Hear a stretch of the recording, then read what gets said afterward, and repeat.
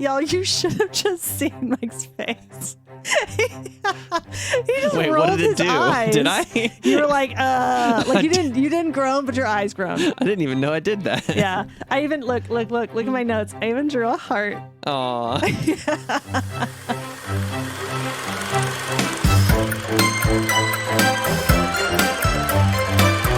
Hello and welcome to Steam Powered Movies.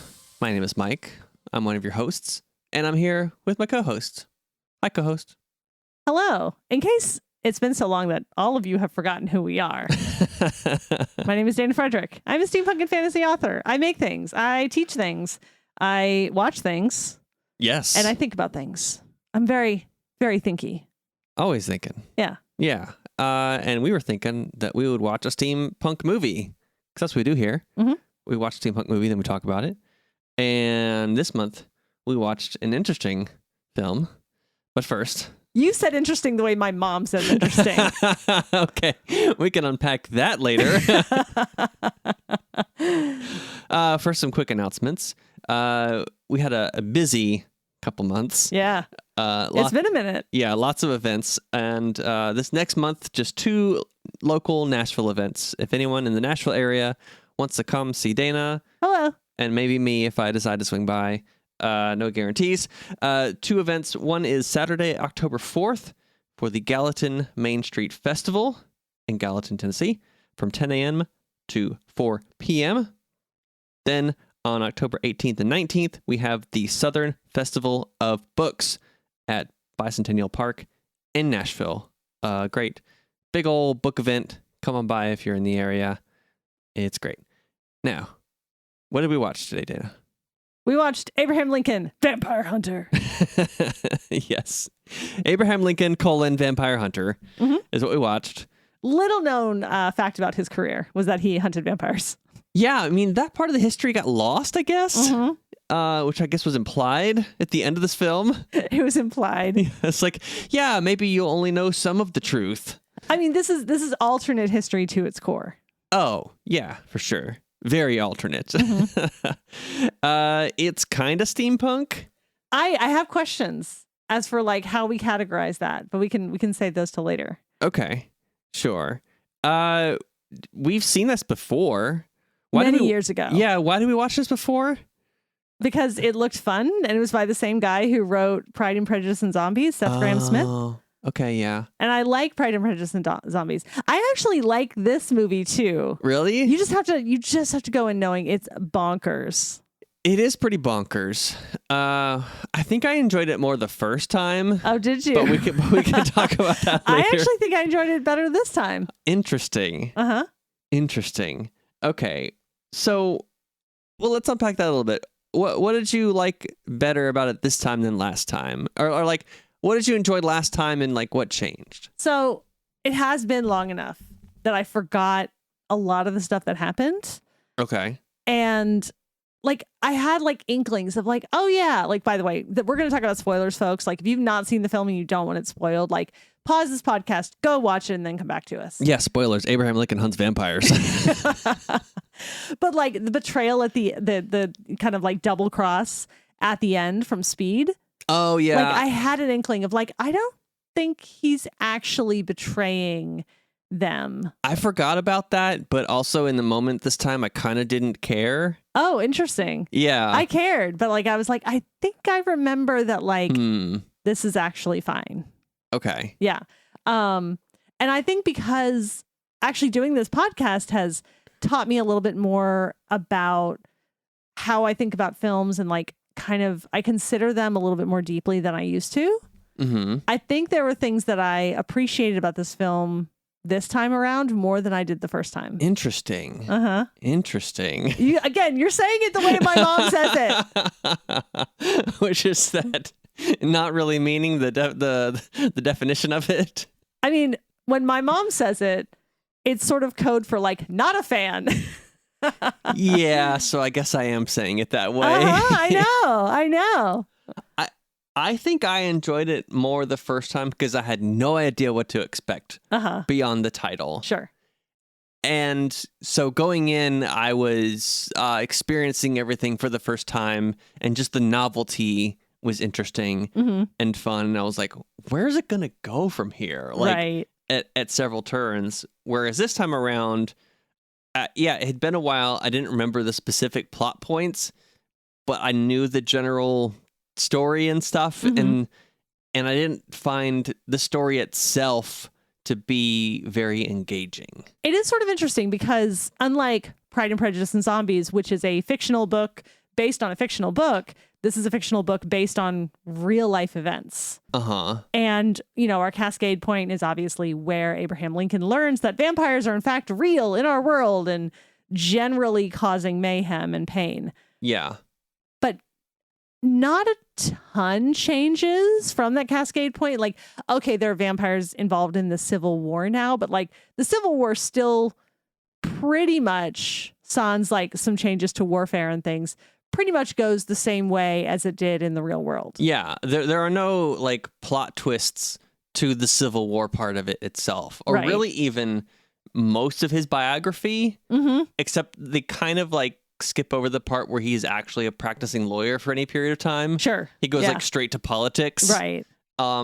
Which is kind of this movie like fast forwards a lot of stuff. Oh, yeah. They skip over a ton of his life. I kind of had it down that this movie has like two main parts of it. Mm-hmm. There's like the setup part where he learns about vampires and he has his little he grows up, he has his vendetta against the one bad vampire that hurt his mom. The guy who I wrote down has real James Spader energy. Remind me who James Spader is. I know this name. He plays Ultron in Age of Ultron. Oh, Yeah. yeah. Okay, I know who this is. Oh, I Yeah. can see that. Yeah, okay. The Blacklist, that's the Yes. guy. Yeah. Yes, I'm on board. Okay, yeah, I can totally see that. I think you're Yeah, right. like full James Spader energy. Okay. And then he like fails to kill him, and then he teams up with Henry, Mm-hmm. and there's that whole setup, and then the training montage, which they get to the training montage at 17 minutes in. I actually wrote that down too. I wrote we Really? got into the training montage super fast. Yeah, it goes from like he's a kid, he's a young adult, to he has this thing, and now he's training to kill vampires. Right. Like we're right into it. There are a couple of there are some very like I guess like instead of plot armor, which he does have some very thick, like, heavy plate +3 size plot armor in sure. this film. He also has some like, I guess like plot superpowers where like they have this quote, real power comes from not from hate, but from truth, which I think is meant to be really profound. But I think when you dig into it, like it doesn't really mean anything. No, and also then he destroys a tree. It carries no weight because that's said right after a sequence where it seems like the lesson is let the hate flow through you. Like, Okay, Emperor Palpatine. yeah, right. And he gives in to Palpatine, and then they say like, oh, it's not really hate that's the power. I don't know. It looks like hate was the power. I feel like that line could have been workshopped just a little bit more. I think a lot of things could have been workshopped a bit more. Mhm. We'll get to that. And then they have the part where he's like starting his political career. Uh-huh. And then at some point, it's just the history part. It skips to for me, the second part of the film is like the American history part. Mhm. But all the bad stuff that happens is because vampires. You know what? I really did feel like they kind of used vampires to really like swerve around some of white people's crimes pretty good. Oh, yeah. Like basically anything bad. Like his child died, vampires. Slavery, vampires' fault. Like, Yeah, like, or at least like a vampire is sort of like explaining it away. So like they mentioned that like, oh, the vampires like they feed on the native peoples and have like hurt them and everything. Colonization massively hurt native peoples way more than vampires, my friends. right. And then also like this like weird like justification that like Mr.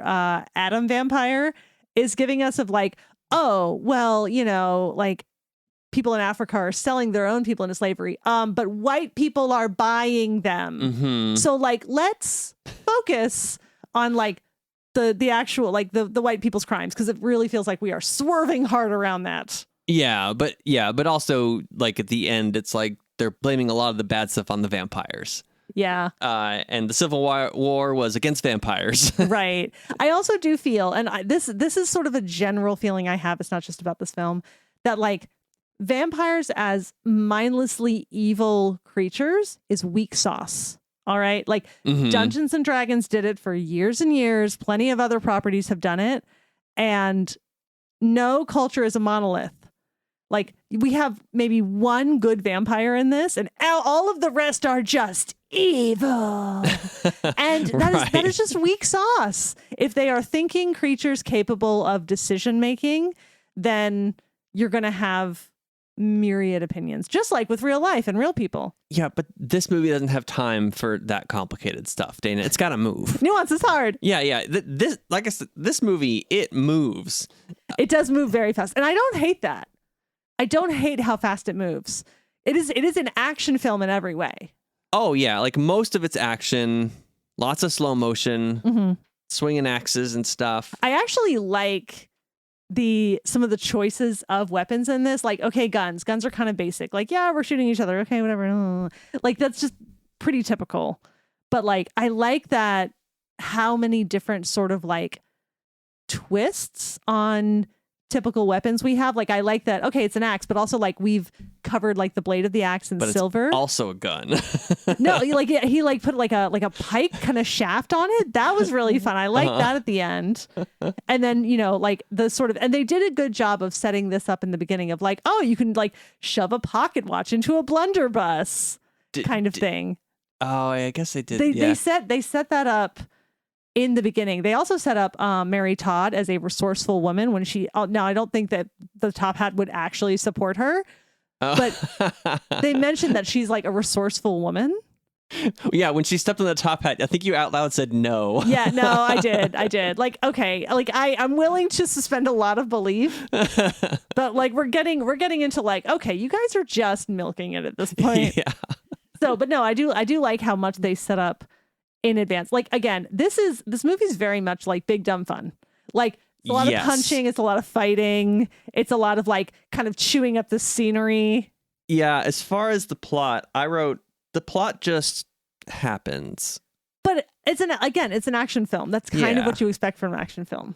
Yeah, they're set up, if it's done, is like immediately before the thing that happens. That's not true. Well, I mean, for a lot of stuff, it was. I mean, again, we learned Mary Todd is a resourceful woman. Very much in the beginning, we learn about like stuffing random stuff down like firearm muzzles. Yeah. Very early on in the film. So I don't think that's quite true.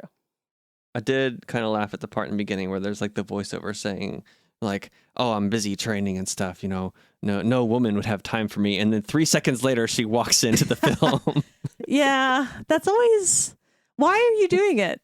Like, we understand that like relationships happen. Like, you don't have to kind of like do this weird like song and dance like ba-da-ba-ba-da-ba, not gonna happen. Oh wait, it's happening right away. Yeah. And she walks in with Alan Tudyk of all people. Alan Tudyk, friend of the podcast. Yeah. Oh man, I was actually literally just on the phone with my sister today saying that like what a career he's built for himself, where like he gets very, very, very small parts in very, very, very big films. And he's sort of built his career on that. Mm-hmm. And also this film. I don't know what this film did as far as numbers. I remember it seemed to get not a lot. I think it got a lot of fanfare at the time, like a lot of like previews and stuff. There were previews. Look, I don't remember how that all went. It's been a minute and I've slept since then. True. So yeah, like some of the history was kind of right. Some of it was not right. I don't think Mary Todd had anything to do with Stephen Douglas in real life. I don't know about that part of her life. I know that they did have a young son who died very young. Mm-hmm. And so Mary Todd, she did struggle with a number of like mental health issues. Mm-hmm. And she was put into a sanatorium for a while. I don't know if sanatorium is exactly the word they would have used at the time, but basically a mental illness like institution. Yeah. So yeah, she was in mental health institutions several times in her life, and she really, really struggled after the death of their son, and also after the death of her husband. Yeah, I was actually kind of surprised they didn't bring that into this and have it somehow be because of vampires. I couldn't, again, it'd been a while since we saw this. I couldn't remember if it was like she goes mad because she got like vampire poisoning and it like slowly turned her or something. I'm actually really glad they didn't, because look. Yeah, they just left that completely alone. They're like, yeah, we're not going to tackle that. There were things in here that I think they handled well. Like, I'm really glad that like they because they almost, I thought they were going to go kind of like white savior in this, but then they didn't. Like, they gave the folks who were working the Underground Railroad agency and their own credit for what they were doing. And I was really happy about that. And I feel like if they were to tackle mental health in an age where like mental health was not treated well, like I just don't think it would have gone well. So I'm glad they didn't. Yeah, this is not a film of nuance. Yeah. It doesn't have time for all that. It's like stuff just happens. Right. Random explanations of things. Like when Henry gets attacked on the road by the big bad Adam vampire. Adam vampire. That's what we're calling him. Played by Rufus Sewell, who shows up as a villain in lots of things. He's got a very villainy face. Like, no offense, sir, but got a little bit of a villainy face. In The Man in the High Castle, he plays like a conflicted villain-ish main character. Is he a Nazi? Yeah. Yeah. But like, not all bad. I can't remember. It's been a while. Okay. But yeah, very villainy face. He bites them both. And Henry turns, but she just dies. And he's like, her soul was pure. Okay. But yours is not. Like, look, I've read a lot of vampire lore because I'm a nerd and a goth. Okay. And yeah, their rules for how vampires work seems very loosey-goosey. Like, I saw that and I was just like, I'm going to have to let that go. Like, this is completely inconsistent. Some people just die of a single vampire bite. I don't know, man. Some people turn instantly. Yeah, I don't know. Some people die slowly. Right. But then like, oh, well, like vampires can't strike out against themselves. But then Henry and Adam Vampire do fight each other on the You're train. right. So like, yeah. Because I don't know, man. Like, Henry puts his arm out and Adam bites it. It's like, wouldn't the magic stop that from happening? Just like he couldn't stab him earlier. Look, I know. Again, that part's a little bit inconsistent. Speaking of inconsistent, I just wrote down a scene when Abe finally gets the better of the guy who killed his mom, the James Spader. Yeah. He confronts him at his place of business, which looks like a dock. Was that what it was? Did it look like that to you too, or just I think some it was sort along a river? Okay. And rivers are major transit points because it's easy to float stuff and easier to, at least to take them than taking them down roads. Right. They're at like his storefront on the waterfront. And then like 2 seconds later, they're in a stampede of horses in a actually- random field. I actually love the horse chase in a herd of horses. But it was just out of nowhere. It's like just cut to this 3 seconds later. It's so big wild. dumb fun. Like, yes. And now there's this. I actually thought that was really fun. Like, that's not something I've really seen before, and I thought that was really neat. And again, if for an action film, like you gotta get creative, and I like it. I mean, just more of the insane physics of this entire film. Yes, very much that. Especially the ending scene on the train, where the train would have just fallen into the ravine. Oh yeah, no, there was. I told you, there's a like heavy plate +3 level plot armor happening in this. Yeah. For all the main characters, for sure. Speaking of some of the main characters, yeah, you know who I love? Who did you love? Anthony Mackie. Of course. Y'all, you should have just seen Mike's face. He just Wait, rolled what did it his do? eyes. Did I? You were like you didn't groan, but your eyes groaned. I didn't even know I did that. Yeah. I even look at my notes. I even drew a heart. Aw. I mean, he was cool. Oh, Anthony Mackie is always cool. He's another friend of the podcast. He's been on here before. I mean, yeah, he was like cool sidekick guy. Yeah. Like he's just great. Like he's just a great actor. He's really fun. He's also part of my Broken Gears Dreamcast. Oh, of course. I would cast him as Neil Allen in the Broken Gears world. For all the Dana fans, you know who that is. Yeah. Yeah. He didn't have a lot to do besides just like, fight alongside and stuff. He was sort of bait for that ball thing. Remember the Atom vampire? Oh. Was like, oh, we gotta like lure Abe to this place. So we're gonna out steal here. his friend. So we're gonna like, I thought they were gonna like be like, oh, we set up this fancy ball for like a political thing, and that's how we'll get him out here. No, they just stole his friend, and like the ball didn't really exist. It didn't really happen. Like the pretense was just, I don't know. That didn't really make a lot of sense. It sort of seemed to me anyway, like fun and games for vampires. Like, oh, vampires, ha ha ha. We're going to like pretend to have this fun ball. And then like all of our victims are like, they don't know what's actually going on. And then surprise, you're all getting eaten. Yeah. And I guess that's fun for vampires. That's what I thought was happening. Yeah. It was another one of, it felt like there were like 3 or 4 different scenes that could have been the climactic scene of any film. Mm-hmm. And that could have been one of them. It could have been like a big, long, drawn out scene where it's like, oh, well, there's this ball and it's for a political thing and it's under this pretense and we get you out here. And then, oh, but you find out, you know, after there's been some dancing and drinking that, oh, we actually have your friend captive. And there's this, like, it turns, but it all happened in like 30 seconds.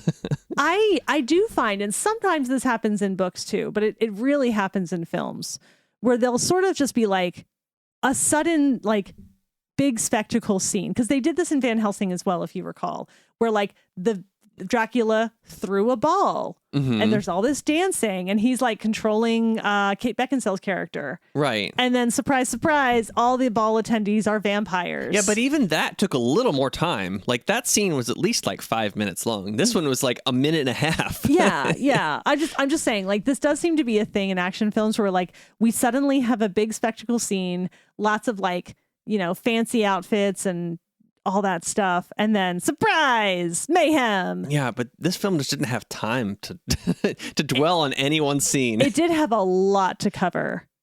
Yeah. And I will say, like, given the breadth of everything it tried to cover, because we're talking, what, 30-something-ish years? Like 50-something-ish years?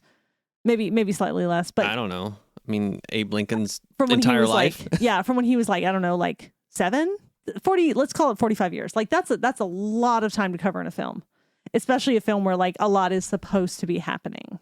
And not only do you have to tell some of the real story, but all of the fake story that's thrown on top of it about vampires. Right, and precisely. Stuff. Which brings me to, I have a question for you, Dana. Yes. How do you think this film came to be? Well, Seth Graham Smith wrote the book. Oh, okay. Yeah. Really? Yeah, he wrote the book. I totally forgot He about also that. wrote the screenplay. I can't believe I completely forgot that. Yeah. That's such a random idea, though. I mean, this is kind of what I've looked at his bibliography a little bit. I don't know if he started it, but there was this like trend for a minute in the literary world where we were sort of doing these like kind of silly, zany retellings. Mm-hmm. So like I said, he did Pride and Prejudice and Zombies, and he also wrote Abraham Lincoln Vampire Hunter and whatnot. But there are other books by other authors that have sort of followed this pattern. Like we have Sense and Sensibility and Sea Monsters. I didn't know that was a thing. I actually have not read it. I have it, but I have not actually read it yet. So yeah, like it's funny. It was just kind of a trend for a minute. And I mean, fairy tale retellings have long been a thing. So I think it's kind of just an extrapolation of that sort of thing. Yeah. This one, though, it felt weird. Maybe it's just because of the way the film is structured, like in those like 2 main acts, like I described earlier, that it felt like maybe there was the starting point of a story of Henry.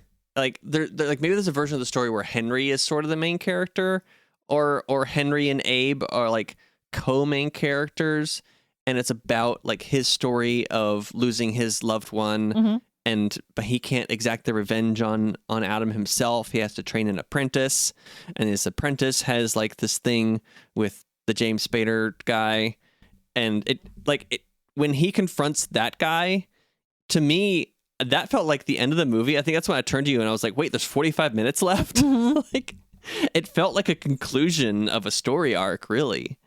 I mean, I wonder if, given that we're talking Abraham Lincoln and his legacy was so large, that it couldn't just end there. Mm-hmm. Like, all right, that one vampire guy is done. Let's just move on with our lives. And then there's like in the background, there is like the whole story of the Civil War. Well, right. That also right. has to be told. Well, that's why it feels to me like that's a separate story. And then it's like tacked together to the Abraham Lincoln story. I don't know, man. Now, I've not read the book. Okay. And it is called Abraham Lincoln Vampire Hunter.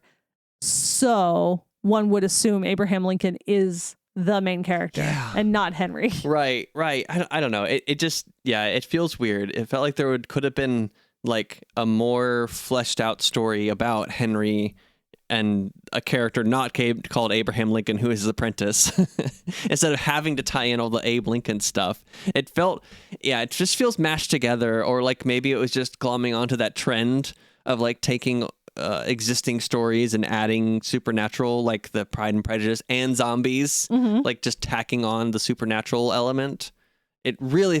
This felt very tacked on to me at this time watching through. Okay, is your issue the fact that it's Abe Lincoln and like with this man who had like such a huge impact on our history? Like you feel like if it had been someone else, like some way more minor character from history, it would have been better? I think it would have been easier to do because then you could have sort of maybe woven in the true facts here and there instead of having to adhere to a well-known character's story. And also because the two things didn't really seem dependent on each other in any way. Vampire hunting and being Abe Lincoln? Yeah. Not really. I mean... Like... Did he learn anything from vampire hunting that taught him how to be a better president?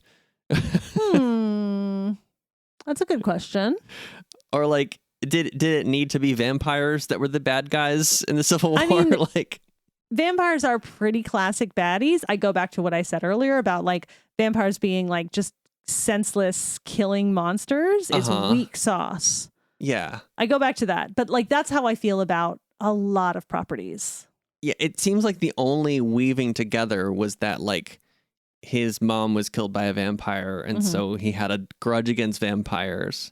It didn't seem to really be woven together with his Abraham Lincoln story. Like, like you could look back and be like, oh, well, that explains, like, why he did some things the way he did. I'm gonna take a second here. Like, there was nothing from the vampire backstory that influenced, like, the writing of the Gettysburg Address or anything like that. It wasn't woven together. It was just smashed next to each other. Mike. Yeah. I'm going to take a moment here. Okay. I'm going to put on my fine arts bachelor hat. Oh, okay. My Bachelor of Fine Arts All right. hat and say, one could possibly look at this and see the vampires as a metaphor for colonialism and capitalism and white privilege and all of the other things that feed on the blood of our society, Mike, on the blood of a healthy society. And this movie shows that at the end of the Civil War, we solved all of those things. Yep, it's all better now. Yeah. No more problems. Yep, exactly. You know what? Yep, that's it. Yep. We solved racism. Yeah. We solved capitalism. We just had to kick all the vampires out and send them to Europe. We solved greed. I know this is a good film to poke fun at because it's a very silly film. Yes, but very. I actually there's a lot I do actually like about it. Okay, tell me some things you like. So I will say this is one of the few films, especially sort of like big dumb action films, where our male protagonist actually owns his mistakes. He's like, I shouldn't have hidden things from you, Mary Todd. I should have been honest with you. I shouldn't have kept secrets. Like, he owns his mistakes. He verbalizes it instead of just being like, you know what I did. I mean, he actually kind of did tell her at the very beginning. She just thought he was joking. That's true. He did. That's a good point. Yeah. Like, so I am actually really pleased because like there are so many films, we just watched one last night, where like, you know, our male protagonist is just like, I'm just mad. I have every reason to be. I don't have to be an adult. Yeah. Okay. So yeah. Fair.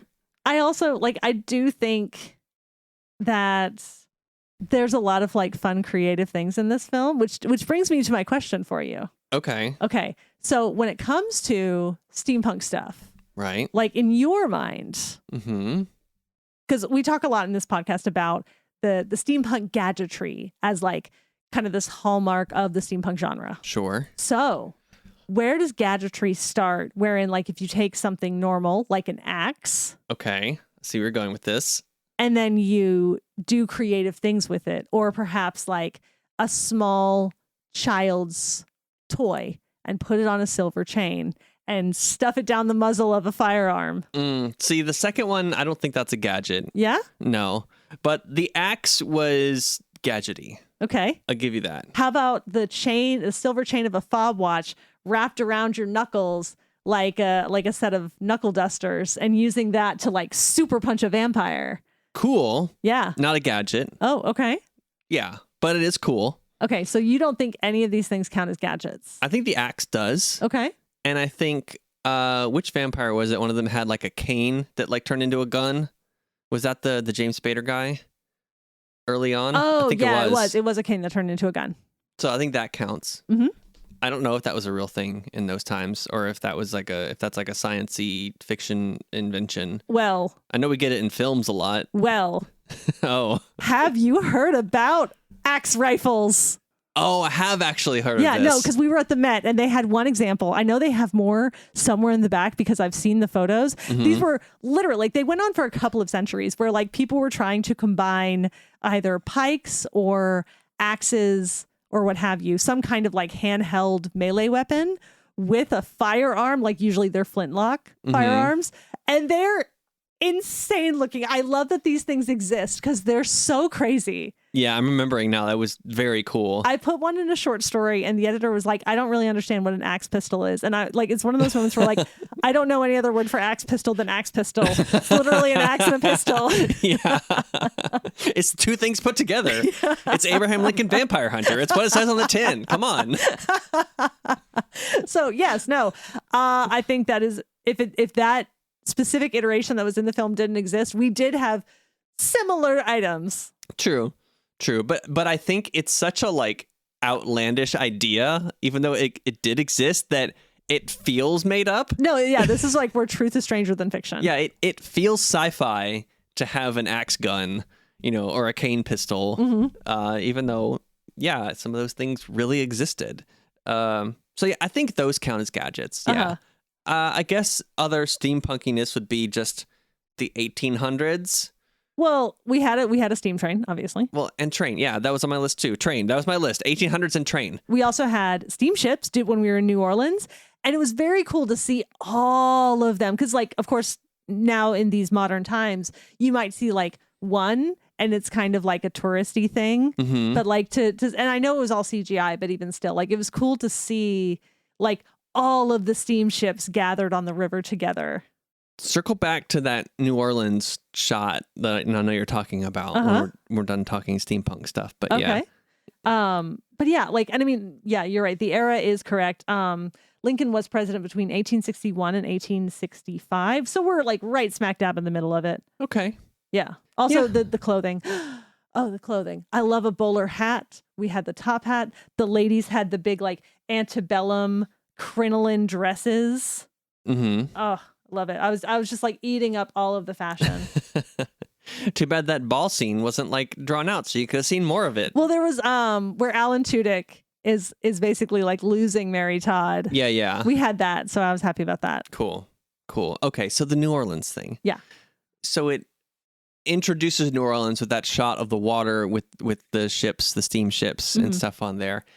And that was the scene where I like really noticed the contrast to how stylized a lot of the scenes were and just the look of the film. Because when it showed that shot of New Orleans, the colors were really bright. I think for the first time in the entire film. So much so that I was thinking back, I was like, wait, was the rest of the film in black and white? We just went to color for the first time? Which obviously not. Like there were other scenes in color, but like that scene was so brightly colored. And then I started really noticing that a lot of the other scenes, I know a lot of films do like color grading or like put a certain like hue over something. But this really felt like Instagram filters, like heavy Instagram filter on so many of the scenes, to the point where it was, I don't know, a little distracting to me. What did you think about that? To be honest, I didn't notice. Okay, of course. I mean, I do know that, like, I have noticed in the Sherlock Holmes films and stuff that we did, there does tend to be kind of like a drab kind of coloring to the film. But I mean, you know, it's 1800s London. Everything is kind of smoggy, and you know, there's a lot of like dirt and soot and stuff. Sure. So I kind of just sort of take that as part of the package when we watch these films, is like everything is kind of sepia tones or gray. There's not a lot of like really bright, vibrant colors. So you didn't notice that like some of the fight scenes early on were like very, very blue, like a very pronounced blue filter over the entire thing? Or when they were fighting on the train and everything was on fire, like it was very red, partly because of the flames, but like there were other scenes where it was just like very, very red filter.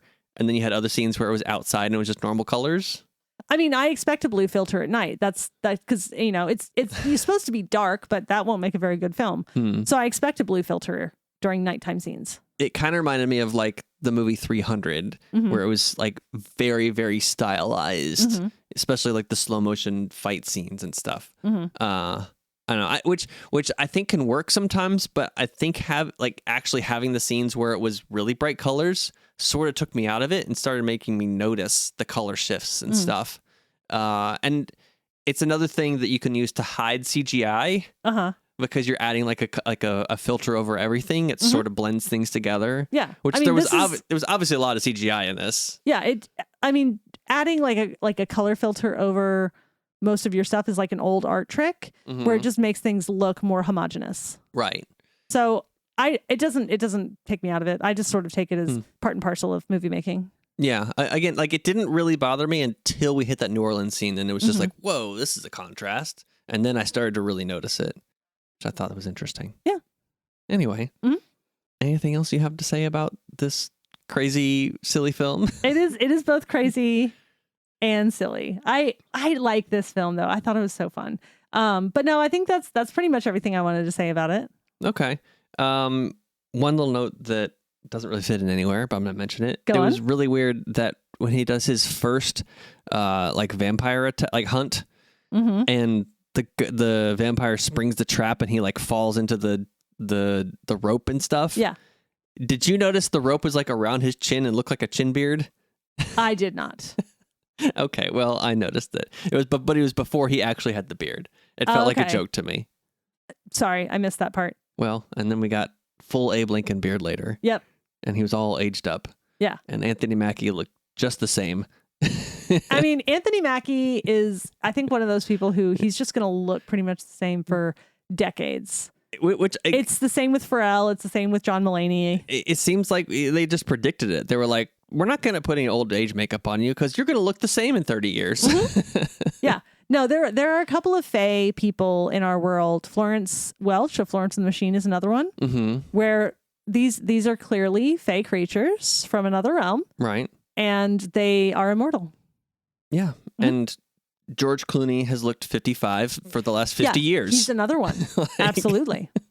It's just, that's what they look like. And Paul Rudd doesn't age. Yeah, he's a vampire for sure. Oh, yeah. No question. Confirmed vampire. Keep Abraham Lincoln away from him.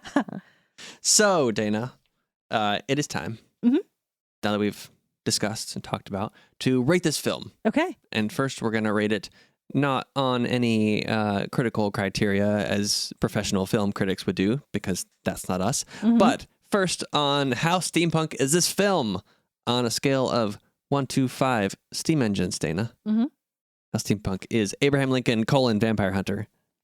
While I appreciate your perspective on what does and does not make a gadget, I think creative use of everyday objects is a type of gadgetry unto itself. So I'm going to give it 4 or 5. Strong disagree. All right, that's okay. I think it's more of a 3, actually. Okay. You're entitled to your opinion. The time period's right, but there's like only a little bit of gadgetry, a little bit of steam, not a whole lot. Mostly just vampires and Abe Lincoln. You know what it says on the tin. Yeah. I mean, the movie delivered on what it promised. Yeah. Can we go like 3.5? Can we go 3.5 on it? That is how averages work. So okay. That works.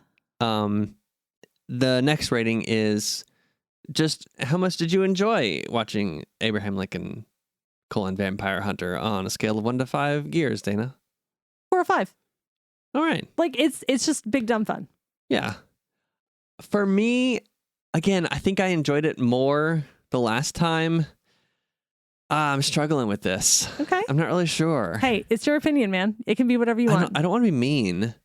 You're not going to hurt the movie's feelings. You're not going to hurt my feelings. I think I'm going to give it 2.5. Okay. It's not for you. There was some dumb fun for me, not enough like substance to stick to. So yeah, I'm giving it 2.5. Okay. And that's my rating. All right then. And I'm sticking to it. Cool. And yeah, thanks to everybody for listening to us yammer about this crazy film. And thanks for your patience, y'all. It was a wild month last month. Sorry we didn't deliver on a podcast last month. If you watched this film and have any thoughts about it, you can share them with us. Yeah, hit us up on the Bluesky. We're at Steam Powered Movies. You can get in our Discord. There's a link to that in the description of this podcast. Get in there. Tell us what you thought. If you have any suggestions for future episodes, any steampunk movies that maybe we don't know about, let us know. And if we talk about it, we'll give you a shout out. Thanks again. We will talk to you again next month with another new episode. Until then, okay, bye. Bye, y'all.